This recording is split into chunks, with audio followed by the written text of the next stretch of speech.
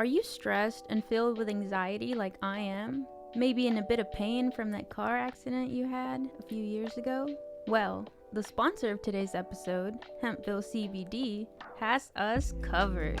They have the highest quality products created by chemists and doctors. Hempville carries everything from CBD to THC dispensary grade without those despicable dispensary prices. Order your Delta 8, 9 edibles and vapes along with the THCA flower and get free shipping when you spend $50 or more at hempvillecbd.com. Check out the link in the description for more details.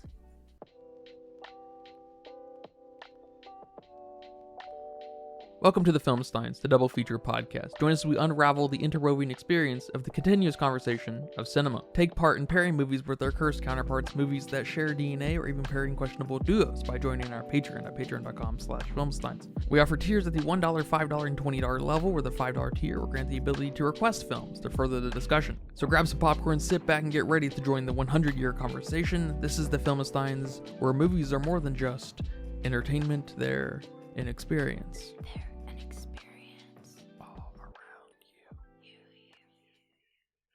And welcome back to another episode of the Filmsteins. Thank you for joining us today. I am joined today by my dreamer friend, Lucy. Hello, everyone. You can join us every Monday, Wednesday, and Friday for brand new episodes of the Filmsteins. Some recent episodes include our Grinchmas special. It's evergreen. Go listen to it. It's not just Christmas shit. Wonka, the terrible iteration of A Star is Born, 2018. Damn. We didn't even watch the other ones. The Redemption Story, Maestro. Damn. And the totally historically accurate 1984 film Amadeus.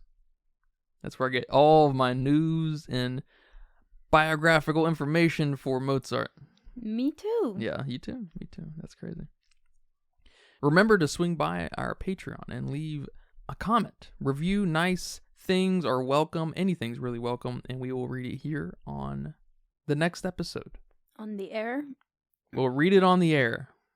But today we are discussing the snooze fest of a film, Kristoffer Borgli's Dream Scenario, with our buddy Nick Cage and Ari Aster as a producer. Can you tell? Yes and no. Yes and no. I don't know what that means. I think I could tell. I'm not sure if I could tell. I haven't seen Kristoffer's other films, but I got major Beau's Afraid vibes here. And maybe the editing and the intentional awkwardness of interactions between characters and whatnot. There's just a similar kind of vibe here, maybe. It may not have anything to do with Ari Aster, I'm not sure. Yeah, I definitely get the Ari Aster vibe with the editing and the idea itself. Not to credit him on the whole idea, but this is an idea he would have and would help build. I'm going to start saying this where I feel it, but I feel like this movie could take place in Beau's Afraid. In the world of Beau's Afraid. In some other remote area of wherever the fuck they live. Yeah, I feel like Beau's Afraid could happen in the city, while this movie could happen in the suburbs or something. Yeah. Less anxiety, less intense, but weird as fuck. I'm not sure when I first heard about this film, but after catching when the Ari Aster is being part of it, he's starting to shepherd. It looks like some of these A24 films going forward. I can't help but to believe that has something to do with his ability to spend money. I think he knows how to budget a film in a really effective way. So he's probably very desired because of that. And he's also a creative powerhouse. And he understands that creatives need to be let loose in some ways. Yeah. So I think there's a good synergy probably brewing between A24 and Ari Aster. Because I know he's going on to produce a couple other films coming up over the next year or so. And I'm very much looking forward to them. And after watching this film, I definitely want to see Kristoffer's other two films. Yeah, I'm not so excited to see Kristoffer's next few films. They're both about his other two, or in this, revolve around celebrityism and tangentially kind of commercialism. So they strike a chord with me. I like it when things make fun of how silly modernity is. I don't know if I can get enough of it. When the time comes, I'll be happy to say that I'm sick of it. I don't know how I feel about movies that are too modern. This is an extremely modern film. This is what I would call a pseudo-structuralist movie. You want to tell the audience what that is? Just in case, just asking for a friend. Oh, okay. It's a film that starts to implode on itself in its self-referential and self-awareness. And oftentimes they don't have a point or a stance. They are just kind of lifting the curtain up and being just kind of there to flash you and expose all of the modern features of a kind of Kafka-esque and Jean Sartre's disturbed vision on the world today. Like, because they didn't get the privilege of living into how bizarre humanity would even go. Like, it was already becoming bizarre with the commercial/industrial world. Well, I mean, humanity was always, I think, bizarre next to our other living species on the planet, right? We were always sort of an outlier. Yep. Not to reduce, I guess, any existential thought. But there's this disturbia within some artists and filmmakers and writers, of course, who totally empathize with those two, with Kafka and Sartre, and many others. And I don't know exactly what to call that then, other than maybe like a classical cynic's take on existentialism, I guess. And I guess through the last 100 years, in my mind, that kind of takes the form of something that's post-modern and now, or post-structuralism, and I like to refer to that as pseudo-structuralism because it's by and large pointless. And so there's sort of this essence of a movement without a proper agenda, but gives the impression that there's something worth saying to reveal something about ourselves.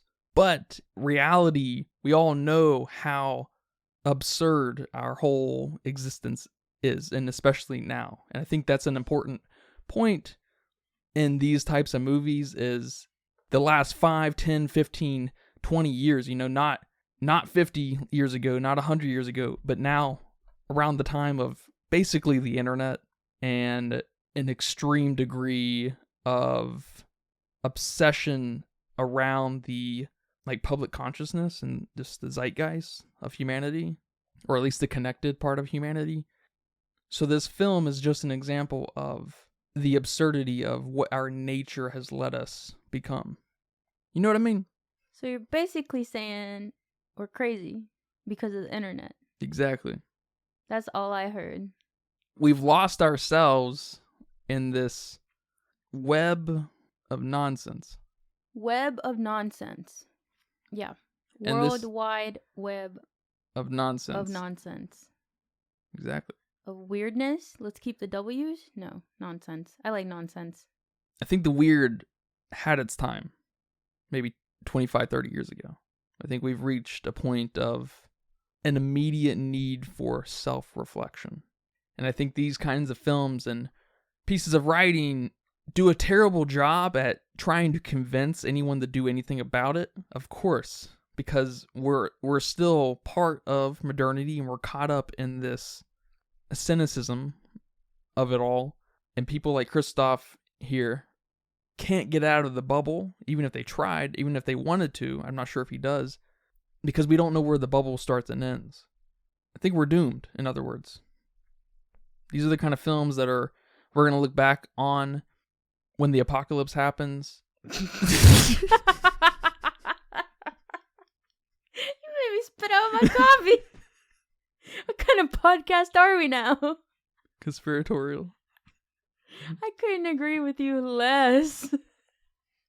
All right, apocalypse. Okay. All right. Let's just talk about the movie. You killing me. I liked this movie quite a bit. It speaks to me, hopefully somewhat obviously. These kind of movies are my guilty pleasure, no matter how bad or good. All right. I've got a soft spot for Nick Cage. I've got a soft spot for A24 films. Ari Aster. Ari Aster. Weird shit. Non-American filmmakers. I'm hungry for non-American filmmakers like Kristoffer here. He's Norwegian. Whoa. All the way over there, Norway. Shout out to Norway. You know what I'm saying? Shout out to Norway. I hope all that made sense, because now I'm going to quiz you. I know you've been struggling to place this film, to make sense of it maybe. Yeah, I'm confused. What are you feeling about this film? How does Nick Cage fit in that, and why is Nick Cage important to the creation of the film? This film would not have any effect in its form, in a film cinematic form, without someone like Nick Cage. I'm not saying he's the only person that could have fit this role, but I've tried to think of someone else who could. But his memification and presence in the public consciousness is incredibly important. This is working on multiple cylinders that I'm very happy to talk about with you here today.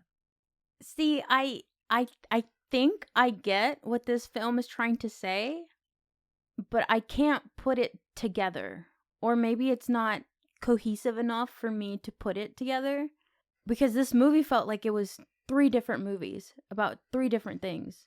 Maybe not specifically 3, but just we could take out pieces of it and it could have been a short on its own.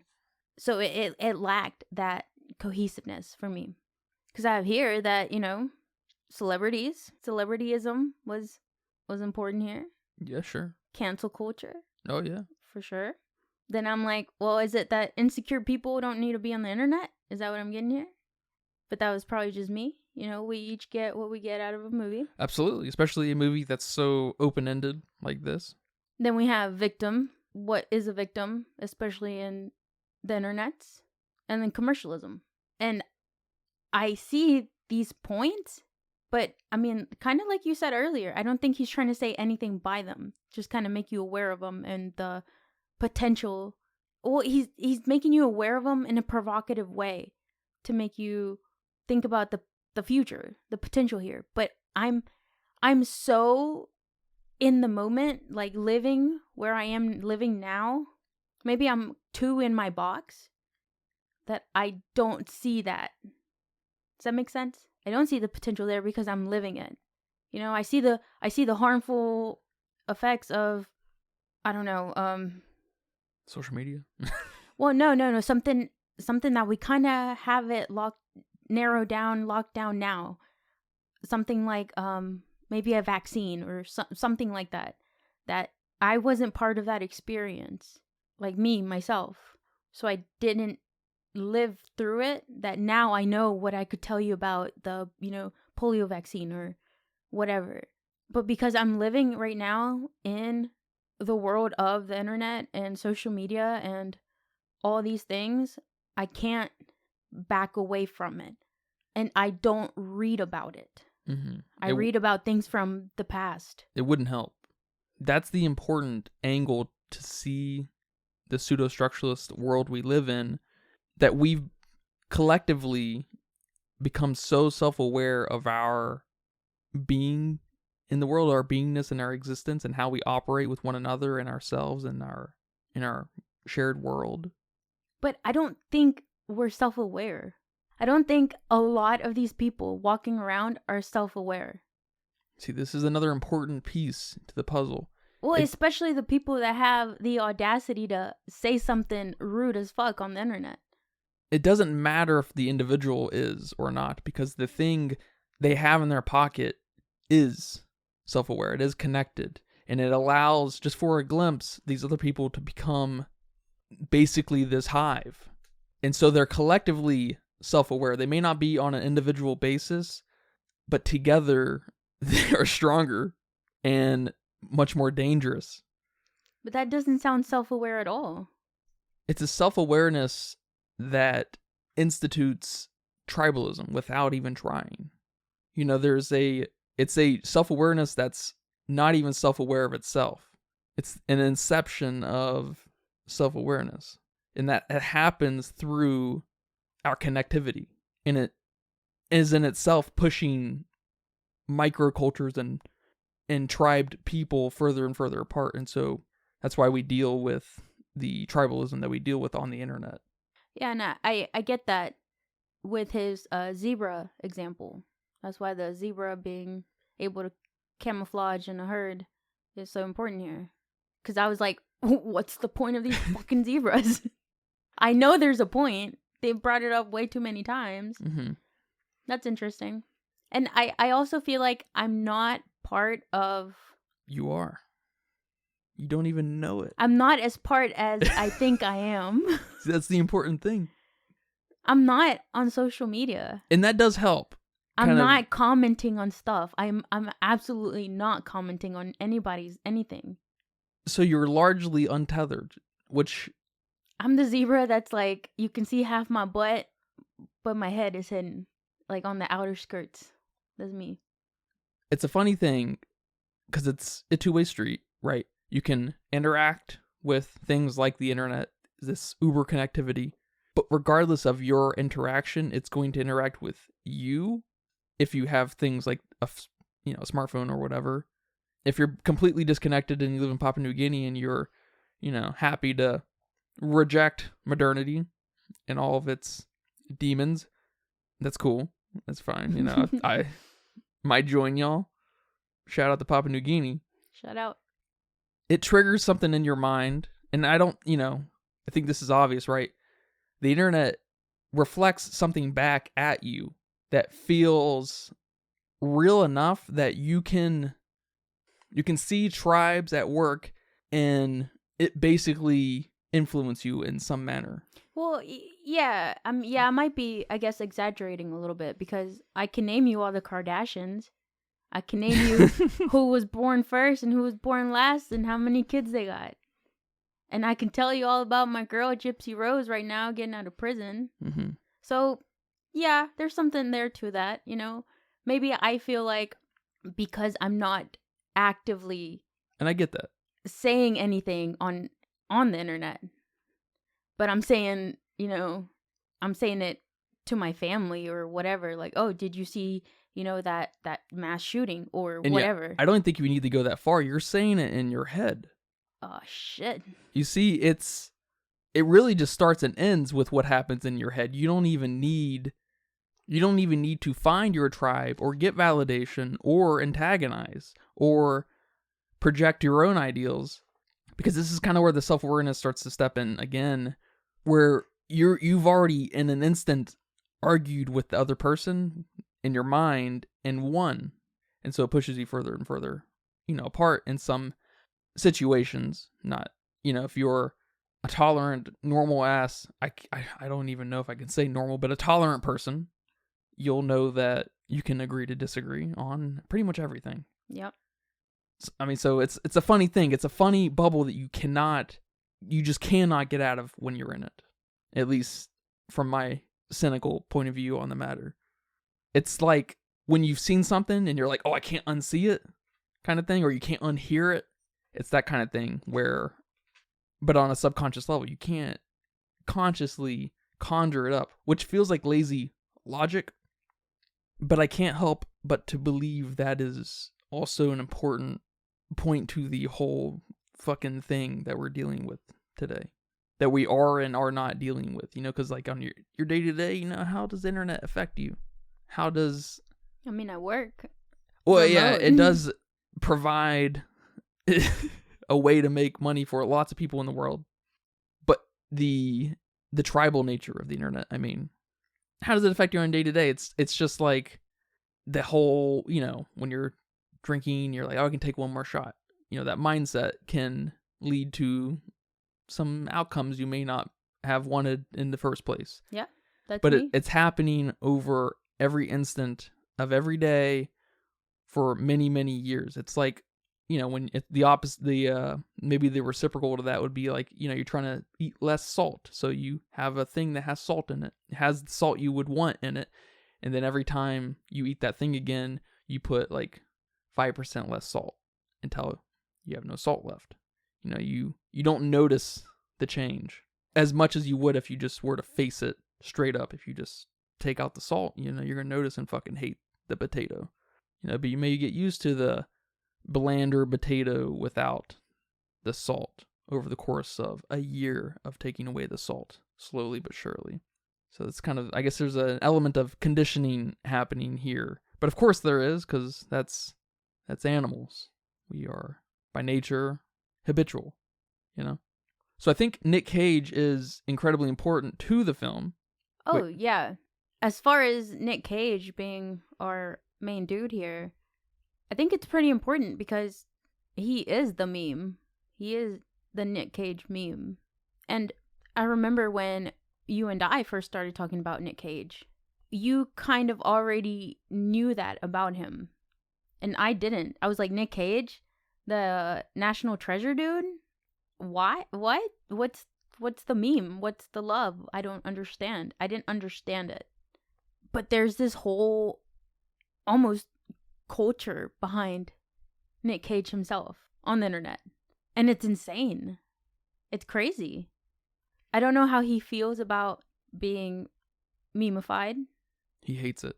Well, I was going to say, but this film kind of showed it a little bit, that he's not okay with it. I think another film that shows this with Nick Cage, and a very important point, is The Unbearable Weight of Massive Talent with Pedro Pascal. Mm-hmm. I think that's the other side of this film. It's a great companion piece to understanding Nick Cage and getting a slice of the consequence of our modern practices. Yeah, because I was reading somewhere that the apology video he made in the film was real. All those words were real. And his tears, what he was saying, was his apology video. Man, he looked distraught in that video. So that makes sense. Yeah, totally.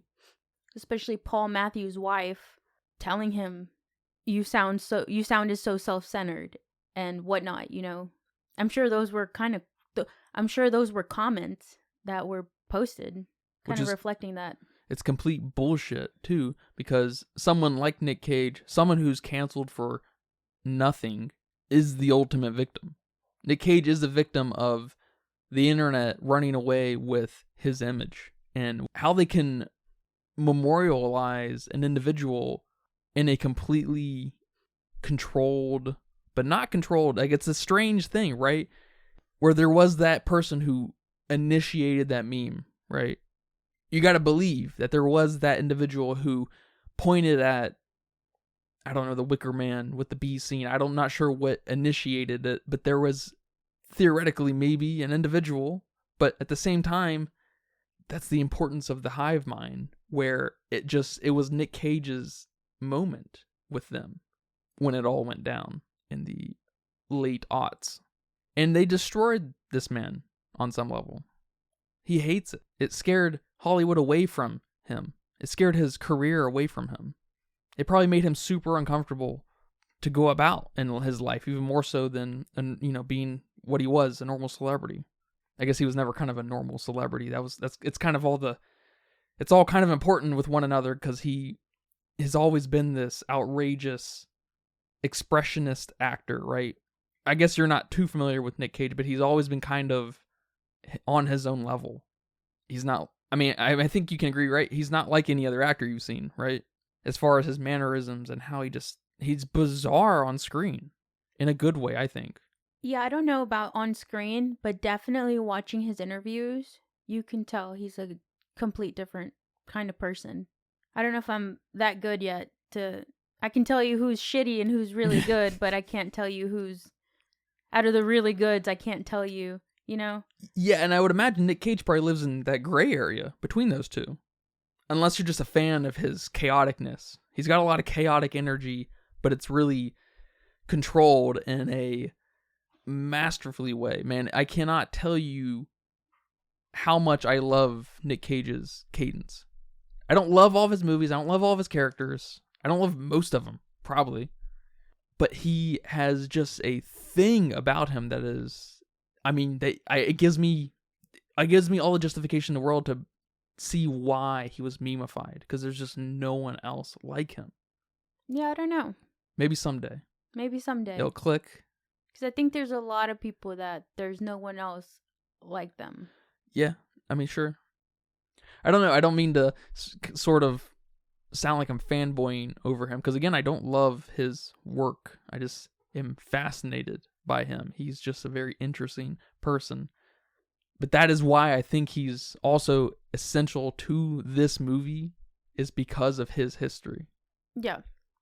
And I get that, but okay. That doesn't mean the movie's good in my mind. Sure. That means you have a great premise, a great something to say. We've got the setup for the setup. Yeah, with a great actor. So why is the movie any good? Why do I like this movie? Yeah. All right. We know you like Nick Cage. And I mean, I like Nick Cage too. Yeah. And I do like some of his characters. I wish we could have gotten more Dracula in Renfield. Absolutely. And I loved him in Willy's Wonderland. Mm-hmm. That movie is 100 times better than Five Nights at Freddy's. Those are fighting words. Those are not fighting words. I think I agree, though. Just go watch them. I don't need to fight. And earlier, Nick Cage, I only really knew 2 movies, which was the National Treasure movie. I don't even think I watched the second one. Is he in the second one? Yeah. And then, is it Knowing? Is that what it's called? Knowing, yeah. I think Early that's about 2000s. it. Well, I think you saw Raising Arizona, the Coen Brothers movies, where he's like this. I think he lives in this. Oh yeah. Trailer with this girl, and they steal a baby. But I saw that. Oh, okay. When I said earlier Nick Cage, I meant me earlier Nick Cage before I knew of Nick Cage. Oh, okay. I see. I guess that's what I meant. I see. Okay. Because now I've seen, of course, most of his recent stuff, I think. Well, not most. He's got a lot. He does a lot. He does. I was surprised how many movies he has in 2023. I was like, holy crap. So, no, I haven't seen most of his recent stuff, but what I have seen of him is recent to me. Mm-hmm. Okay. Does that make sense? Yeah. So at face value, this movie is 100% about cancel culture. We see the rise of someone to be in a position to be canceled, and then we cancel him for no reason at all, really. Yeah, I don't understand how that works. I don't understand how we can cancel somebody. Well, exactly kind of what we saw in this film, where we have But that's ridiculous. But it happens. And that's ridiculous. Many people have lost their entire career and family at the cost of the internet and their nonsense. For good reason and not. Really, mostly not. I don't think anyone's life should be ruined for the awful shit they do. People deserve second chances. They should be punished in one way or another, but not ruined. Yeah, and that kind of happens here with his semi-affair. He doesn't really do anything, but he's at a young girl's house. You're married, you can't be doing that. So he did something that he really wasn't supposed to. But again, that's not a reason to make this man lose his wife, his job, his kids. And they don't point at that exactly. They try to point at all the stories that people fabricate in their own mind, right? The importance of the dream is that they're all independently fabricating the idea of violence within this man that never happened, right? And it's an important point that it is sourced in that instant with that assistant girl. He was Molly, I think. Molly, yeah, recreating her dream with him in it. That's an important kind of paradigm shift in the film, because Paul Matthews all of a sudden became the meme. He became what the zeitgeist saw him as in that instant. They tried to reenact it, literally. So it's, very over the top with it. They didn't hide it from you. And it's not important. I can see people being a little frustrated with what happened. That's not what's important. What's important is all the what's happenings that people fucking made up, like about J.K. Rowling. I'm sure hundreds of others. I don't really keep up with cancel culture I mean, I don't either. No, the few tidbits of cancel culture I know of, I've heard from you. Mm-hmm. Like, for an example, this is going to sound a little racy, maybe. Is that the right word? Bill Cosby was one of the first big hits that cancel culture won on. Maybe rightfully so. I don't know. I'm not a judge. I'm not these girls. But lots of girls came forward talking about him molesting, raping, being terrible, drugged, whatever. And I don't really have an opinion on it. I'm not a lawyer. I'm not one of, so I don't really know, right? But if he did do something wrong, he should pay the price, right? And this may just be me being stuck in the bubble. I don't really know how many girls came forward, but it sounded like a lot. You don't gotta you don't gotta look it up. Yeah, a lot. How many of those girls just jumped on board and lied about the situation? Probably more than half.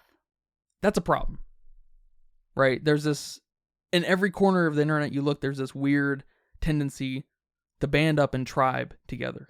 And they were wrong somewhere else in their life, and this is where they thought they could maybe get their karma. Their karma or something on someone else, just because they needed that closure for some fucking reason, you know?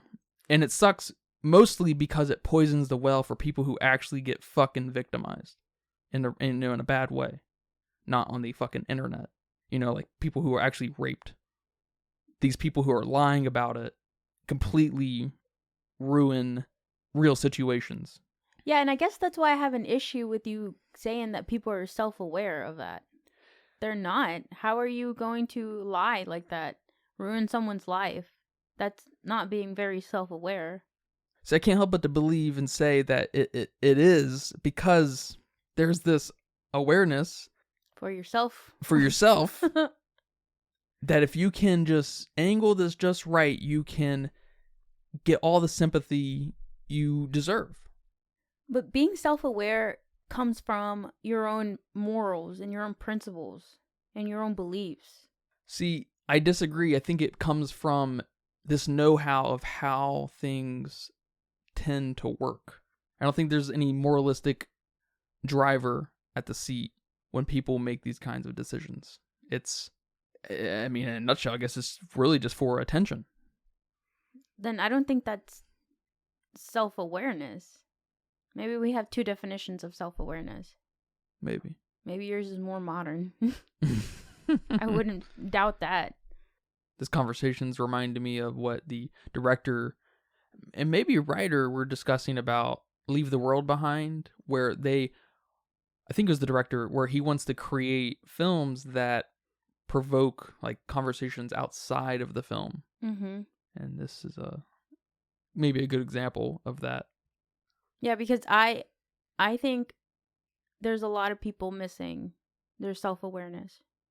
People at the grocery store that chill in the middle of the aisle with a big-ass cart, and then they're big-ass, and then they have a big-ass purse or something, and they're just chilling there. Or, you know, I saw a few months ago, I saw someone driving backwards off the interstate ramp. You know, people running red lights in busy traffic. You know, I understand you're in the middle of nowhere, there's a red light, no cars are coming. All right. Totally, yeah. Fine. But people running red lights in the middle of traffic, or, you know, not letting someone go in an intersection, like those kinds of things that they're not illegal, but they just require that little extra bit of thinking that people don't do. And they're bringing that messiness of their real life into the internet. Those people that are being rude as fuck, they're the ones doing this shit in the real world. And it's kind of a funny thing, because what do we do when we see those instances? We often will call those people entitled. And if there's this sense of entitlement, there's this sense of self-awareness that what they're doing, they're allowed to do this. Maybe it's just me, but, you know, I'm judging.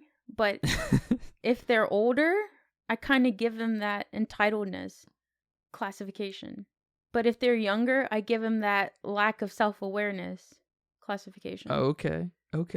So, I see what's happening here. Now I'm judging. What did you think about the phenomenon of Paul Matthews showing up in people's dreams?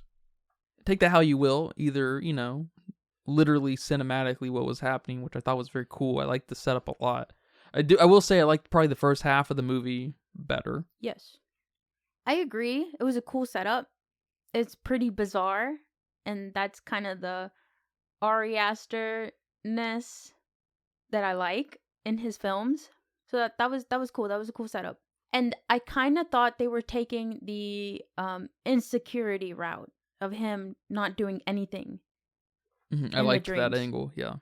So that's why when things kind of started to explode, not implode.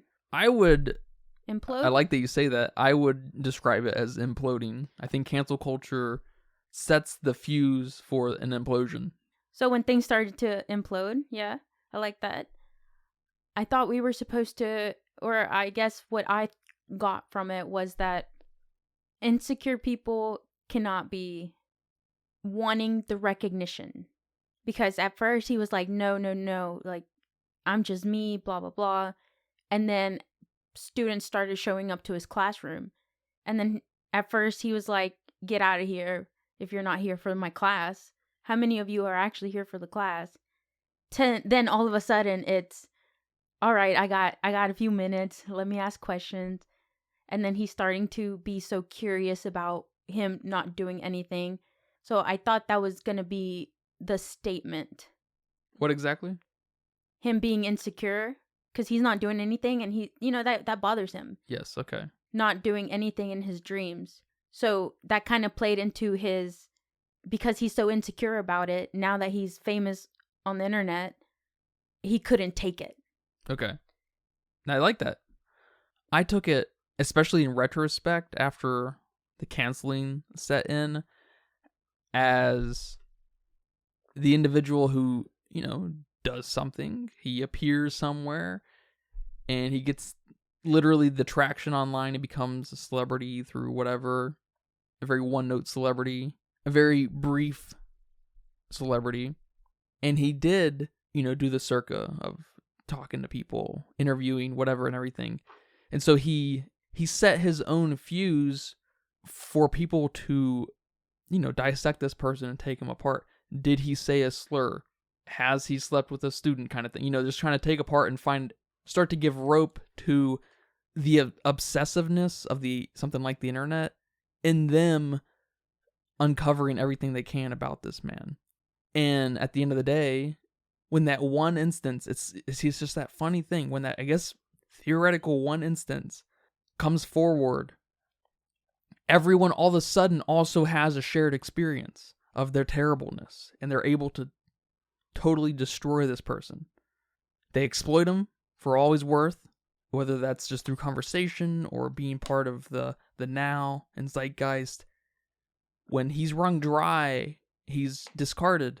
And God forbid, someone actually say something provocative in any meaningful or not way.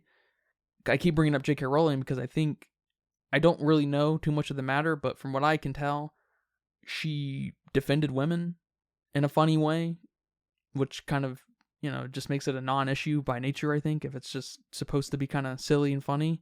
And she got attacked by, these tribes on the internet. To what degree, I don't know. I don't know if there's been any effect on her. I don't really care. Hopefully, she's fine and not being stalked or anything, Yep. Whether I don't care what she said. I hope she's not being harmed in any way, or her kids or whatever. She can say anything for that matter. And no death threat should come.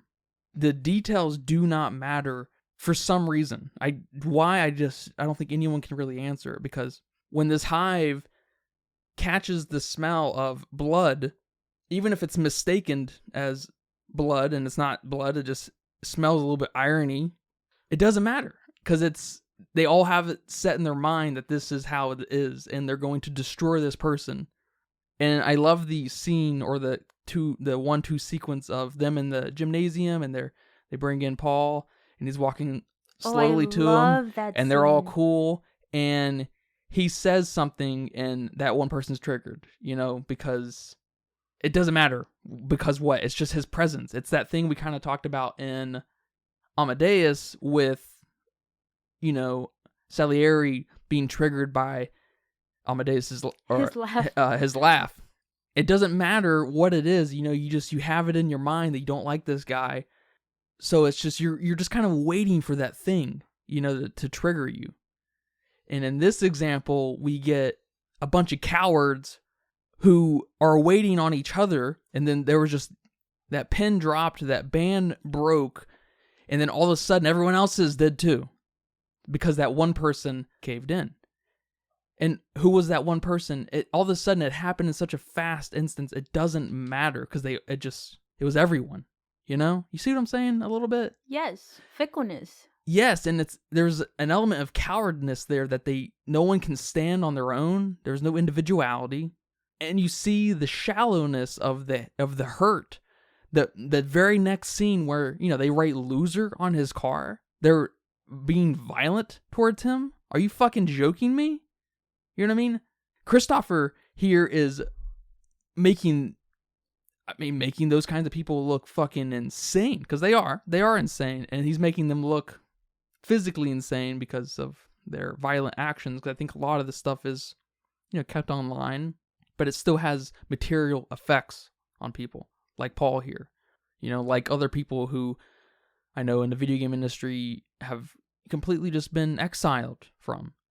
And their families leave them because of rumors.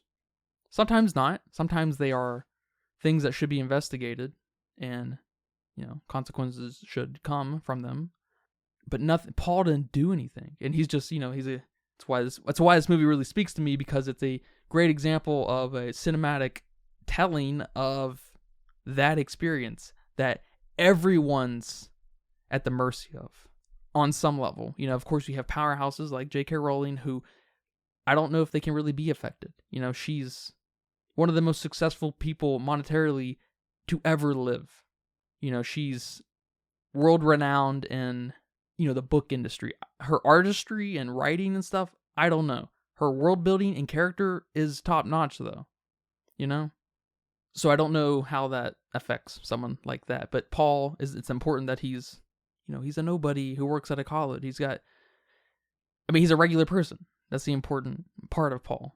And it's important, the meta part of it is, it's important that he's played with by someone like Nick Cage, because Nick Cage has gone through something very similar, not quite the same. Nick Cage hasn't been canceled per se, but he kind of has. His whole image is completely obscured by what the internet decided that he should look like. Mm-hmm. Does that make sense? Yeah, that makes sense, but it's I don't know, maybe I guess I love that I can see that all these pieces come together from experience of just living in the modern world, kind of coming together in a film about, or I should say, involving someone like Nick Cage. It hits a little harder because of that. Yeah, and I mean those are great points, but I still don't like this movie. You don't like this movie? It wasn't a movie that I liked watching. What do you feel? But it didn't leave me disturbed or anything. Like, Beau is Afraid gave me major anxiety. I loved it. Yeah. I guess I didn't care. Maybe I'm not compassionate for these people. Maybe because I don't know about it and don't participate in it whatsoever, I can't relate. I don't know, because, I'm also not a zombie, so I can't relate to zombies. I'm not in an apocalypse, so I can't relate there. Yeah. So, and I love those kinds of movies, so maybe that's kind of not a great example. And maybe I'm just closed-minded about the effects of the internet. I'm not as open-minded as I should be. I mean, there's an element I think that's somewhat important, is that disturbia. You've got to be a little unsettled by our modern practices. And see, because people do this shit in real life, it's expected of them to do this kind of shit. So you're like, there's a different flavor of cynicism in you. Like I've got the Diogenes kind of comedy in it all, but you've got this is what's expected of the world. I'm not sure who that is. No matter what era we're in, no matter what tool we've been given, people are going to act like this because we're monsters. And I think that's why movies about, I guess, for example, commercialism, which is one of those modern things that is, there's a bit of that here with the dream bracelet, whatever it's called. Or even before that, when they were trying to monetize his presence. Yeah, give him the Sprite ad or Within meeting your with dreams. the Obamas. Yeah. And I don't like those kinds of films either. Like WALL-E, the first time I saw WALL-E didn't speak to me whatsoever. Seeing it again made me appreciate it a little bit more, but it's still it's an movie for me. Sorry to Bother You had some cool shit, no doubt. It's a good example. But the commercialism aspect of it was the most boring part to me. Yeah, I think we unlocked something here that I'm not disturbed because I've already accepted the disturbedness of humanity and have lost my faith in humanity from a very early age. That's why these canceling stories aren't a thing, or it's already a thing we've always done, so they don't bother me. And I'm more surprised and bothered about the good stories than the bad ones. Especially when the internet comes together to do something great. Like the burgers with Paw Paw. That was awesome. Pokemon Go? Pokemon Go. Johnny Depp's trial. Oh, that was so one-sided. I'm so sorry for Amber Heard. But she brought that onto herself. Yes. Well, I guess I'm not saying the trial, but the start of that. Her trying to fucking start that. Mm-hmm. And him getting his karma, getting his way. Well, not his way, but getting what was meant to be his. Like, how often does that happen for a man like that? That documentary, Don't Fuck with Cats, they found that killer. Awesome. That's more disturbing that we have that power and we're not using it for these things. Yeah, well said. Let me say this. You have faith in people. Yeah, I think people are born good-natured and understand on a DNA level that certain things are important for one's survival and propagation. And along the way, I believe each and every one of us becomes corrupted in a variety of ways. And I think that's what makes humanity more interesting beyond our pattern recognition and technology. So I have a soft spot for the way we treat each other. And I also find, maybe it's the Italian in me, I find making people who think they're right look stupid because they're not right.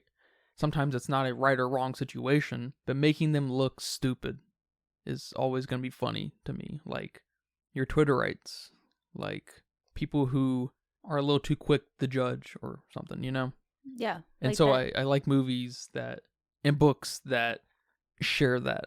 What were you going to say?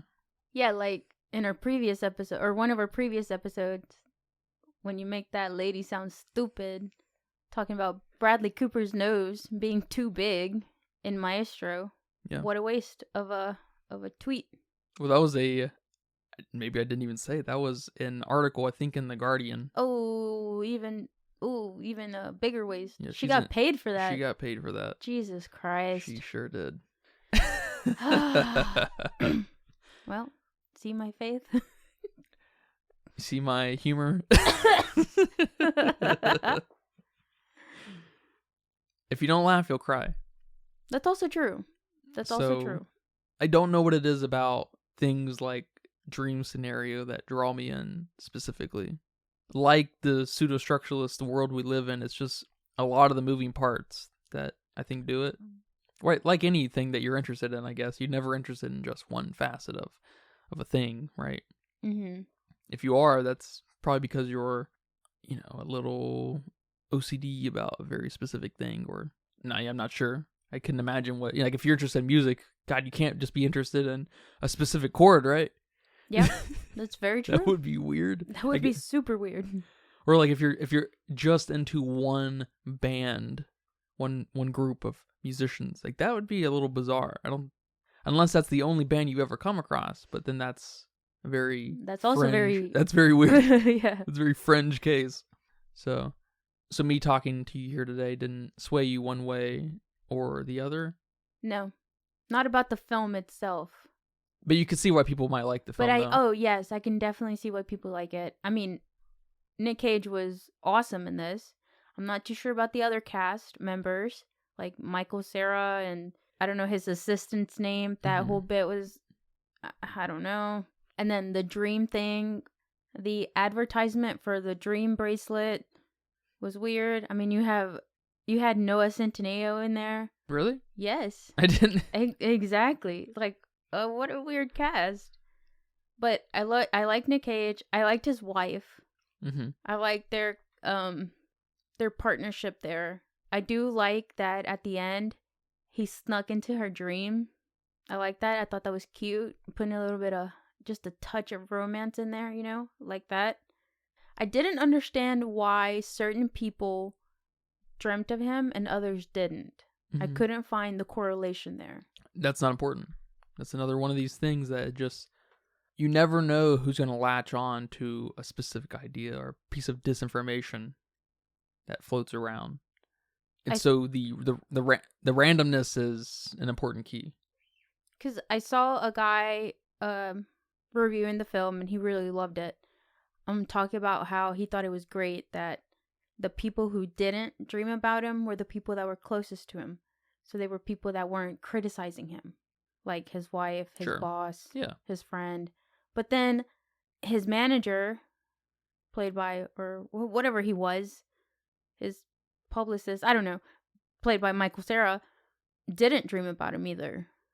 So that kind of, he didn't, the guy reviewing the film didn't mention him. Mm-hmm. So I think he forgot about him. So that lost my agreement with him. Well, maybe not. Think about this. He's a representation of, the corporate overlord, the commercialism of the whole situation. He doesn't have an agenda. He's just trying to make money. He could care less how he feels about, I mean, he doesn't feel anything. He is the representation of the wider corporation that he's working for. And so he doesn't have thoughts. Yeah, well, I'm saying that the guy saying that the people who didn't dream about him were the people who knew him best. I'm saying that threw his theory out. That's all I'm saying. Well, I think that could add to it. But he didn't know him best. He didn't love him. Well, it's because he didn't have a thought in his mind, so he wouldn't be affected by... Yeah, but half these people didn't have a thought in their mind. But they did. I don't think they did. That's why Molly had a thought, because she's not a mouthpiece for the corporation like he is. And like his assistant is, or the lady that's also in Sorry to Bother You, actually. Oh, yeah. She sucked there, too.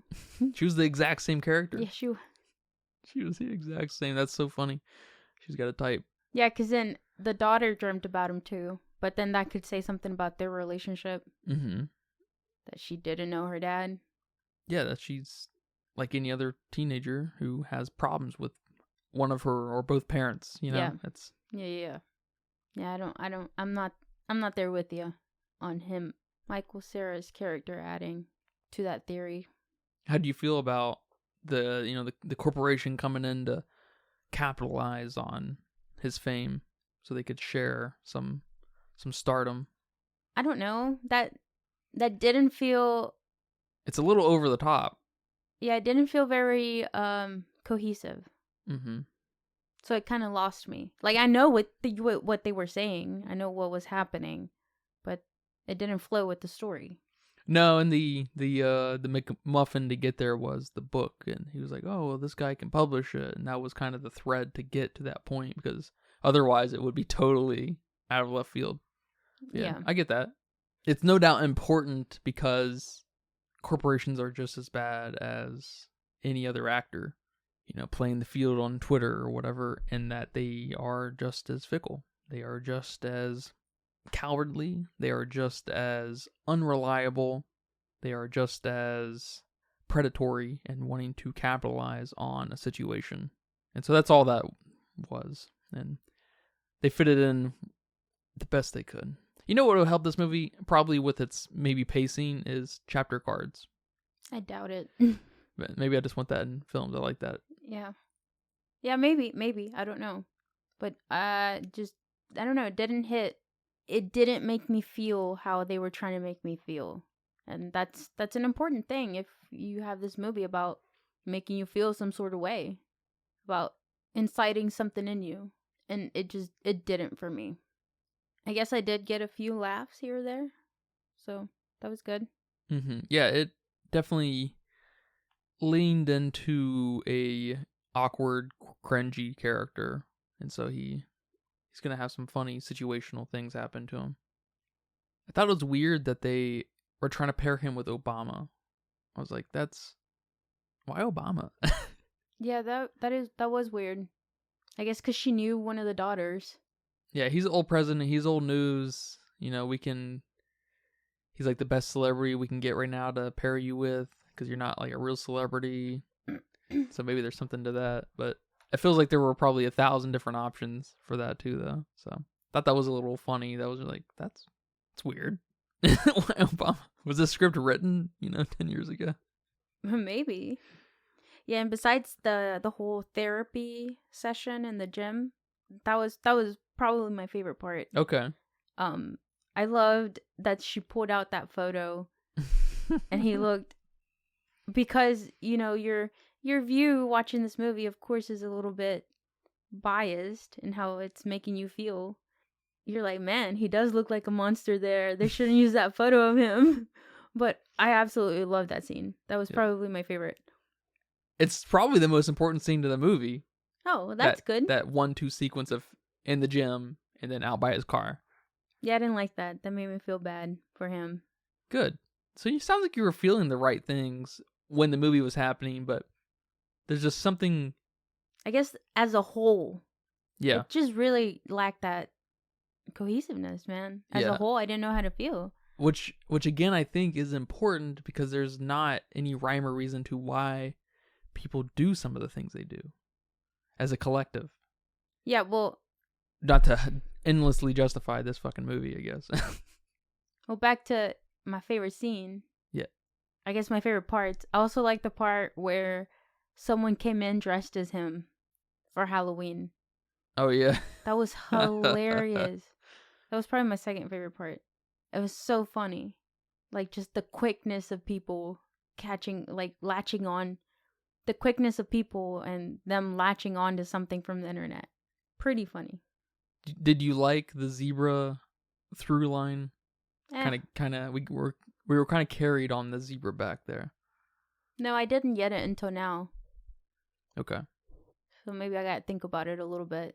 I was like, why zebras? That makes sense. It makes total sense. The man who shares the knowledge of the zebras was attacked by zebras.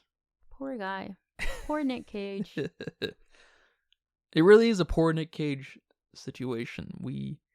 That's probably the only thing, not the only thing, but that's probably the main thing that makes me feel anything in this movie, is how this actually affected Nick Cage. And he had the fucking balls to make a movie about it. Good for him. Good for him. Oh, I did want to also bring up him and the makeup and how he looked like a creepy old man. I like that.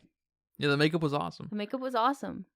They're getting really good with old people makeup. Why don't they just hire old people? If he's not bald... Why is he pretending to be bald? Yeah, just hire a bald person. Exactly. Nick Cage doesn't have his PhD in some biology.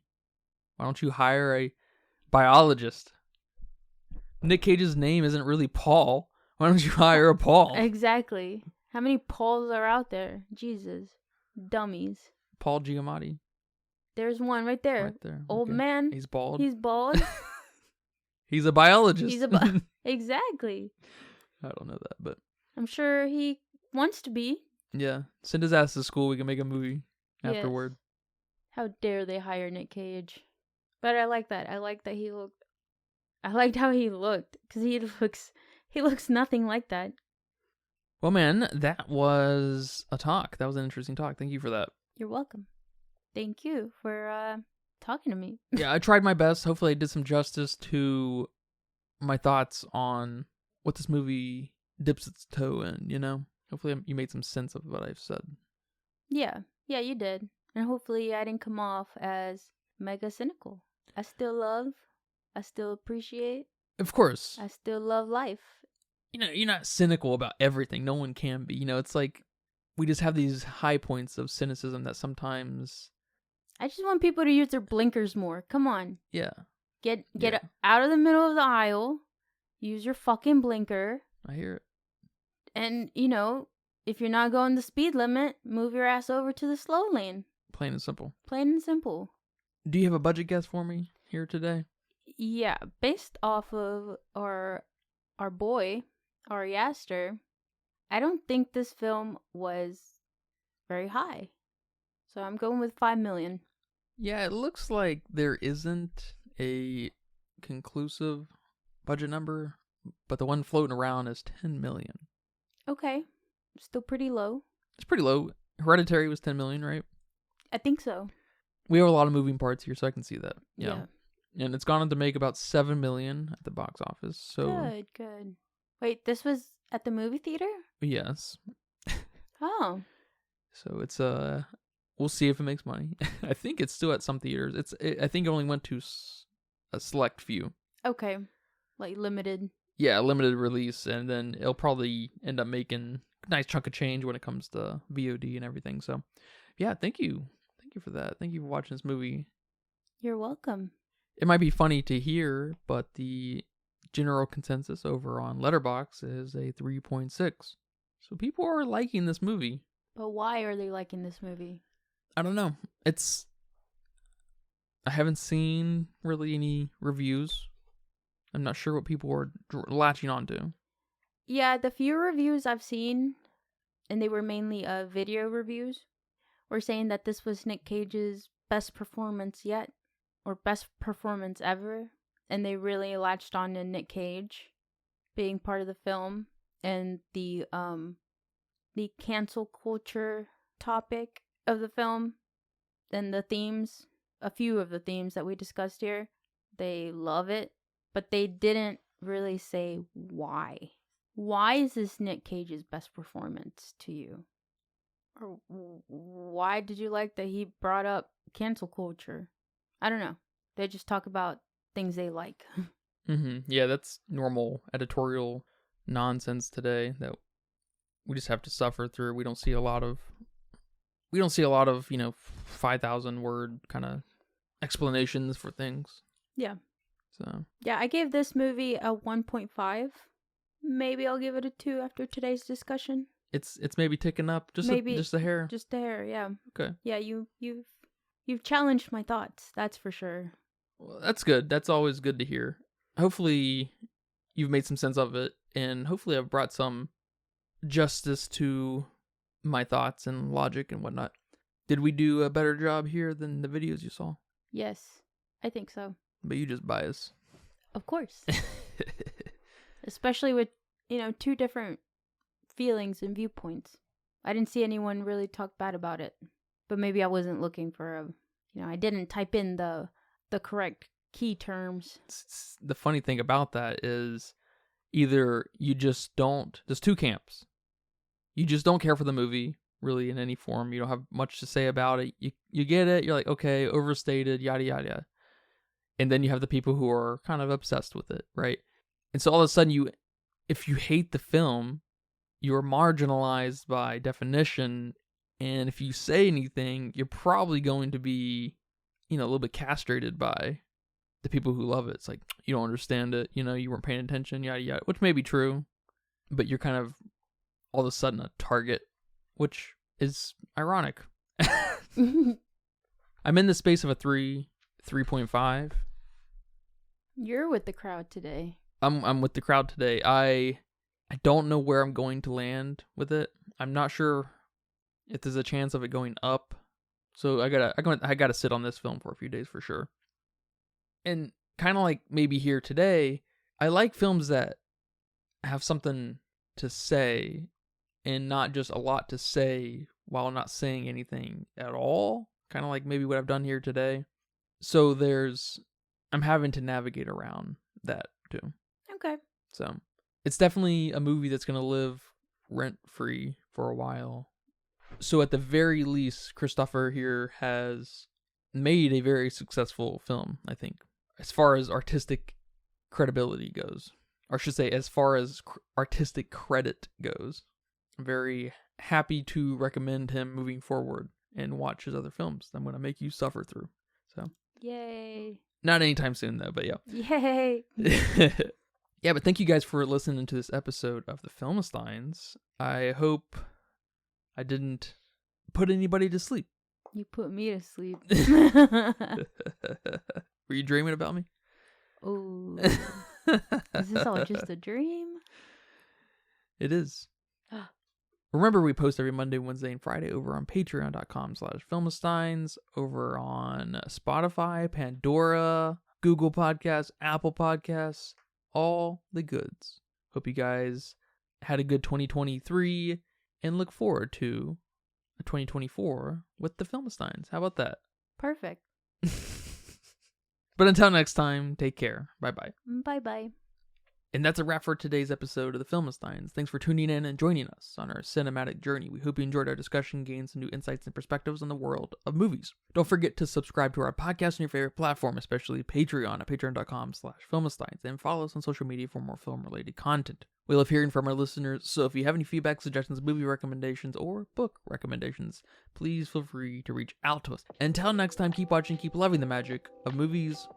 This is the Filmsteins, signing off.